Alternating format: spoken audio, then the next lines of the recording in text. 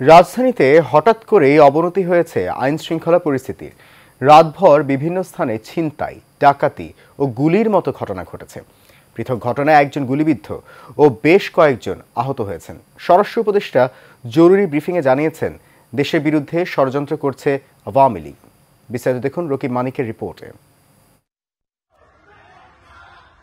এটি কোনো তামিল ফিল্মের দৃশ্য নয়, ঘটনাটি ঘটেছে বাস্তবেই রাজধানীর রামপুরার থানার বনশ্রী এলাকায়। গেল রাতে আনোয়ার নামের এক স্বর্ণ ব্যবসায়ীকে রাস্তায় আটকে প্রকাশ্যে গুলি করে নগদ টাকা ও 200 ভরি স্বর্ণ ছিনিয়ে নিয়ে যায় ডাকাত দল।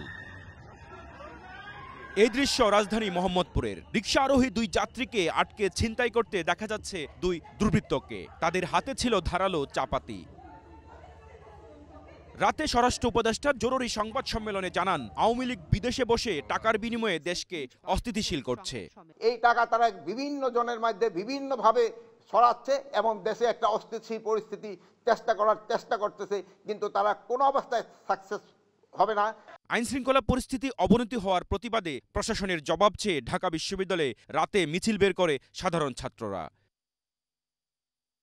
রকিব মানিক, এশিয়ান টেলিভিশন, ঢাকা।